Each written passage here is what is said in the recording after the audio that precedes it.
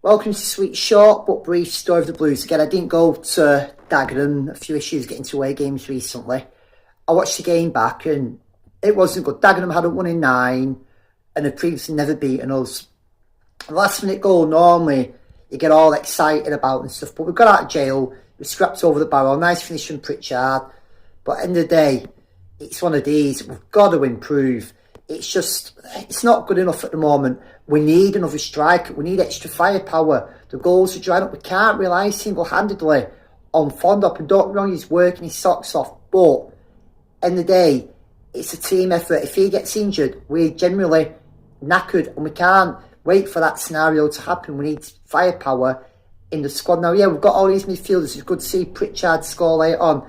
It was good to see the never say their attitude. But at the end of the day, performances are just not there.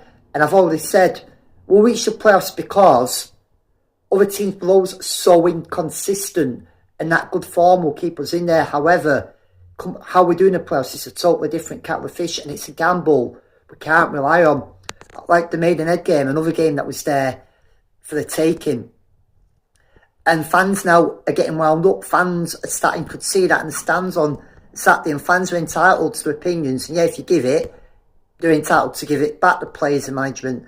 But that unity we had, that confidence, that momentum, that buzz we had before Christmas, it's gone now. It just seems to, and there's lots of questions about the team. If we can't get another striker in, bring Reid back. What have we got to lose? We're not winning games at the moment without him. The injury scene at the moment, Norwood's out injured. Lundstrom's gone from being a player of the season now to basically being on the bench most games. Bring Hobson back in. Swallow with pride. Look at what we've got. Look at our strengths and advantages. I know Hudson's injured and we don't want to rush him back, but in the day, this season is not over. We're not throwing in the towel. And I've said Mellon's football isn't great to watch, but gee, it's getting frustrating. And it'll be typical of us on Saturday now to go and beat Barnet. Barnet's a team that like to come at us, that like to push forward. And they're the teams really that we like to play against. At the end of the day, we're in this league. We've got to play whoever's in front of us. And we can't just be playing just for a draw, playing not to lose. Normally you'd say a good point away from home. But then Dagenham, a team that are in crisis, on and off the pitch, hadn't won in 9. They're the games I wish should have been going right out from the start and all. But anyway, that's the quick recap. Next part I'm going to pick a point on is we've got no midweek game this week, so it's a chance for the players to have, no, I don't mean not train, like just take a step forward, have a break, yeah, get up back on the training pitch, let's see what's going wrong, let's see where we can put it right.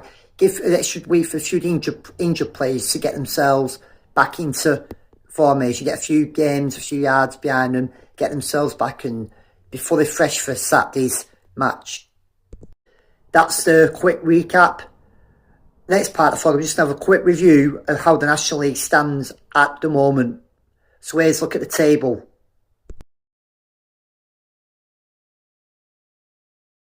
Stands Barnet lead the table. The title now is for Barnet to lose, basically. They're currently 16 points ahead of Oldham, but they basically are 9 points clear of second place York, who grabbed in late equaliser against Halifax on Saturday. Now, York themselves do have 2 games in hand on Barnet, but that's basically need Barnet to slip up. Now, Barnet have hit form at the right time and seems to be developing a comprehensive lead now. And I didn't think Barnet would win it this year, but to the credit, Brannan's got them playing well, he's got them motivated. And like one of the players, Shelton, who was awful for us, he's got them playing decent. He seems to be replacing players who he's lost well. So for York a second, Forest Green a third, level on points with York, played a game fewer than Barnet, but one more than York. They've gone off the ball the last couple of games. Fourth place is Gateshead on 58, then Oldham on 57. Then you've got Halifax on 53 and Oldham on 52, but Oldham have a game in hand on both us and Halifax. Then outside the playoffs, Eastleigh lead the chasing pack on 47 with a game in hand on us. Southend are on 47, who seems to be slowly picking up on form. Now Rochdale have played 29 games, so have 45 points. Now on paper you'd think they're the favourites if anyone's going to get in, but they're on a horrendous run of form at the moment. They're handled by Barnet conceded 4 at the weekend. Below Rochdale, also on 45 is Yeovil, but have played the same games as us. Again, it would take a miraculous mess from the fact that all these teams are so inconsistent, they're all losing to each other, as well makes it look like it's a big ask for them. Hartlepool are on 34, and they've played the most games in the league, so they're on 44 alongside Barnet, having played 44 games. Sutton are on 43, having only played 32, so even if they won the games in hand up to 49, but then they need the teams above to drop points. They've got Solihull Moors on 42. Now at the bottom, Ebbsfleet are long gone, they're on 14. Boston on 23, I don't see them catching up either. They've got Fylde on 32, they've just got rid of the manager and got a good win at the weekend away at Oldham. Maidenhead are back in the bottom 4. They did beat Oldham last week. They're on 33, level on points with Aldershot. Aldershot have got a game in hand, but fair enough, Maidenhead have won more games than Aldershot this year. We've drawn more. Braintree are on 35, and Braintree just needs to keep picking up points between. So I think Braintree will stay up, to be fair. Got Weldstone on 35. They've got a new manager, and he's got Alex Reid, the ex-Oldham player, scoring. They got another 2 at the weekend. They beat Ebbsfleet 4-2. Now Dagenham at the moment are in 3-4, they just can't get a win. Even though they've got that the Drew of Oldham, they were minutes away from ending that run of 9 games. You just look at Dagenham at the moment, I can't see where the win's coming from, where they're going to stop this winless run. Above them is Woking on 39, they've got Tamworth on 40. And I think Tamworth will be, to me, before it'll go down at the moment, I'd say, I think Fylde will get out of it, but I think Maiden, I think Dagenham will go down as well. I think Aldershot will just be about alright. I think Braintree have got enough. And Weldstone always seems to get themselves out of it. Either way, it's in the tightly anticipated finish of the season. There is still plenty to play for in the final part as we head into the business end of the season.